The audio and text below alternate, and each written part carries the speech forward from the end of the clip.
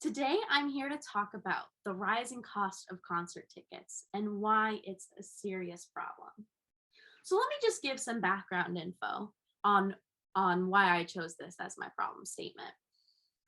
Um, I'm a big concert goer. I love going to concerts. They're one of my favorite things to do. Even if I don't know the artist or don't know them well, I always enjoy live music. There's just something so thrilling and exciting about it.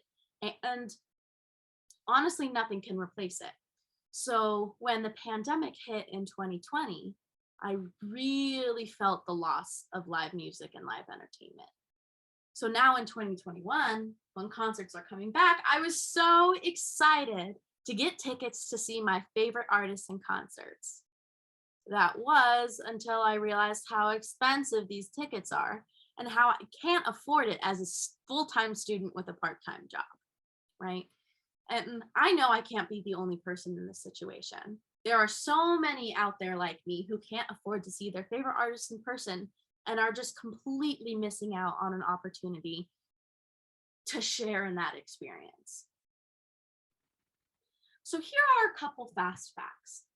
According to Polestar, tickets averaged $25 in 1996, but quickly rose to over an average of $90 in early 2019. And I'm not just talking about, expensive meet and greets or, first row seats or anything like that. I'm talking admission pits, general admission pits, nosebleed seats. So now you might be wondering, well, isn't all live entertainment getting really expensive these days? Yes, that is true. But turns out that concert tickets are rising at a rate faster than other forms of live entertainment.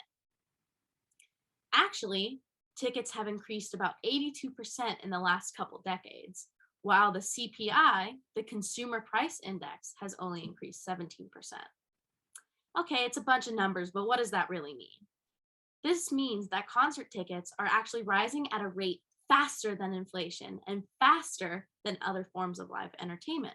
Though the music industry is one based in creativity and artistic expression, it is still an industry nonetheless that subjects itself to the laws of supply and demand. When you have a popular artist who's going on tour, there is high demand to see that artist in concert. There is high demand for concert tickets. And because of the emotional nature of the industry, consumers, aka fans, have proven over and over again that they are willing to pay the price for their tickets. While doing my research, one of the most important things that I found is that streaming really contributes to the rising cost of concert tickets. In fact, streaming is so common nowadays that it actually accounts for 80% of the recorded music consumption in the US. So as streaming becomes a more dominated practice, it really changes the way that the industry functions. It's really easy to stream a song nowadays. And so streaming platforms are only paying artists fractions of a cent in royalties per stream. So this effectively means that artists are making less money now from streaming than they would from physical sales. Streaming cannot make up the difference in revenue from physical music sales. So the money is coming from concert tickets and from touring. Many artists nowadays are relying on touring to make up the majority of their income. Another reason why concert tickets are becoming so expensive is because of the standard of elaborate performances shown nowadays. Live music is just as much a visual experience as it is an auditory one. So performances are becoming more and more complex. And all of this costs a lot of money. So concert tickets become more expensive to cover the cost. A perfect example of this elaborate performance standard is Beyonce.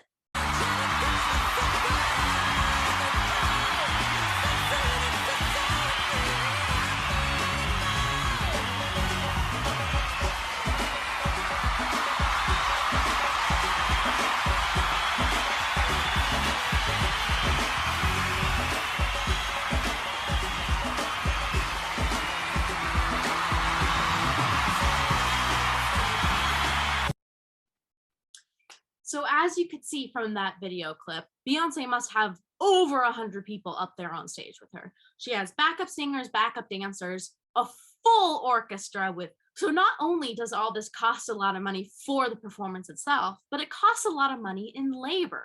And that's something that you really have to take into consideration as to why these elaborate performances are so expensive, and thus why it's driving up ticket prices. Now, on to the final reason why concert tickets are becoming so expensive. It's these darn third-party ticket companies like Live Nation, Ticketmaster, and StubHub. One thing that these third-party ticket companies have also done is they have effectively squeezed out the second-tier market, aka scalpers. And so while this might seem like a really good thing, it really doesn't make a difference for the consumer in the end. It basically just means that instead of charging you, less the first time around, having it be bought by scalpers and then have you upcharged by them, third-party ticket companies like Ticketmaster are deciding to just make the prices more expensive in the first place. They have also come up with things like StubHub verified, resale tickets. Third-party ticket companies also do something called dynamic pricing, which is essentially when they can change the price of tickets whenever they want based on demand with no warning. So I could buy a ticket one day at $150 and then have it come down the next day at $84, and I wouldn't be able to reap the benefits of that. There's no way to know if you're really getting the best price for your seat. That also being said, you could literally be planning to buy a ticket, get all your friends together, and then the next day suddenly it's out of your budget and you don't know when it's going to come back, if someone's going to take up those tickets. It's really stressful. And then on top of it, these third-party ticket companies are starting to charge more for things like deluxe aisle sitting, whatever that means. Charging $30 extra for an aisle seat versus the seat next to it that have the same view and essentially the same experience. But because of the ease of accessibility, they are charging you more. So all this in combination is essentially helping to drive up the prices of tickets. And since a lot of these third-party ticket companies have really taken and cornered the market, it's pretty hard to get out from under their thumb in terms of pricing. Musician David Bowie was actually one to predict this trend in the industry. So essentially what this means is that recorded music, like what you stream on your phone, is becoming so commonplace that it's not worth very much. Whereas live touring and live concert experiences are unique and valuable experiences. He essentially predicted that artists would need to rely on touring for the majority of their income. So now that we've talked about the problem in depth and why concert tickets are becoming so expensive, let's talk about how to solve the problem. For the purpose of this presentation, I came up with 3 possible solutions, all of which are already used practices in the live entertainment industry in some way. They just aren't necessarily incorporated into the music industry yet. The first idea I had was for rush tickets. This is something that you see very commonly in classical music and also on Broadway or for theater shows. Rush tickets are essentially where leftover tickets that are unsold are given out on a first come first served basis for a discounted price the day of the show. Any leftover tickets that aren't sold can be sold at the door for less. This gives an opportunity for students, for underprivileged communities, for poorer communities, what have you, to actually be able to afford a ticket to a wonderful live concert. The second solution I have come up with is to have pop-up events where tickets are sold. So this actually came from a personal experience of mine back in 2013 when I went to a 5 Seconds of Summer pop-up event at the Forum. The band was able to make up the difference in revenue by selling merch, and many of their younger fans were able to get tickets at a price they could afford. Plus, it was a fun time all around. Who doesn't love a live pop-up event? The last solution I have come up with is a ticket subscription system, which is modeled after the Hollywood Bowl subscription system. So my idea was that maybe stadiums like the Staples Center, the SoFi Stadium, the Forum. So for example, I thought of the idea of Top Pop at the Staples Center.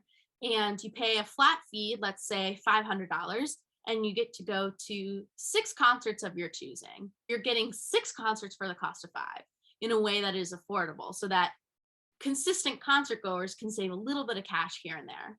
And we could even come up with some type of payment plan where fees are paid monthly instead of yearly. So it's a more affordable way for multiple different communities to be able to go see live concerts. So that is the end of my presentation today. I hope you enjoyed. When you think about the next concert you go to, I want you to think about how much you're really paying for your ticket and how lucky you are that you get to see a live performance. Not everyone has the privilege of being able to afford this luxury. And hopefully, the industry will soon adopt practices that make it a more welcoming and diverse place for more audiences and fans to get to see their favorite musicians perform. Have a great day, y'all. Thank you so much.